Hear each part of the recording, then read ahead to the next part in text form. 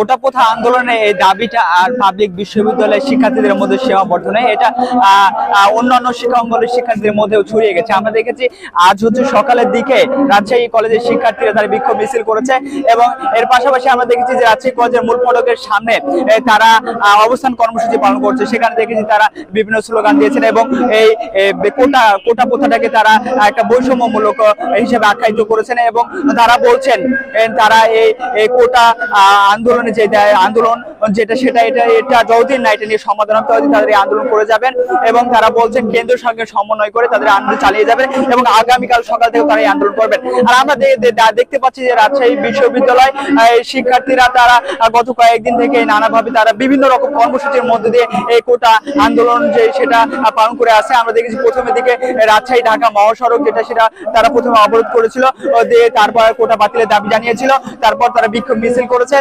তারপর আমরা দেখেছি যে সাংস্কৃতিক ভাবে তারা যে কোটা বিরোধী আন্দোলনের যে দাবি সেটা করেছিল, সেখানে আমরা দেখেছিলাম তারা গান গাইতে তাদেরকে আমরা দেখেছি সেখানে। তাছাড়াও আমরা দেখেছি যে তারা পথ নাটক করেছিল এবং গতকালকে আমরা দেখেছি যে তারা রাজশাহী ঢাকা যে রেল লাইন সেই রেল লাইন অবরোধ করেছে। তার অবরোধের মাধ্যমে তারা তাদের এই কর্মসূচি পালন করছে এবং সেখানে তারা কোটা বিরোধী নানা রকম স্লোগান দিতে দেখেছি আমরা। সারা ভালো খবর দে কোটা প্রথা আর খবর দে, তারপর আমরা দেখেছি মেধাবীদের কান্না আন্না আন্না, কোটা প্রথায় নিয়োগ পেলে দুর্নীতি পারে প্রশাসনে 18 হাতিয়ার গড়ে ওঠা আর একবার জেগেছে ছাত্র সমাজ জেগেছে। এছাড়া আরো অনেক রকম আমরা স্লোগান দিয়ে দেখেছি। সেই কর্মসূচির অংশ হিসেবে দেখতে পাচ্ছি আজকেও রাজশাহী বিশ্ববিদ্যালয়ের শিক্ষার্থীরা তারা নানা রকম ব্যানার ফেস্টুন নিয়ে তারা উপস্থিত হয়েছে এবং কোটা প্রথা দাবির কোটা সংস্কারের দাবি জানাচ্ছেন।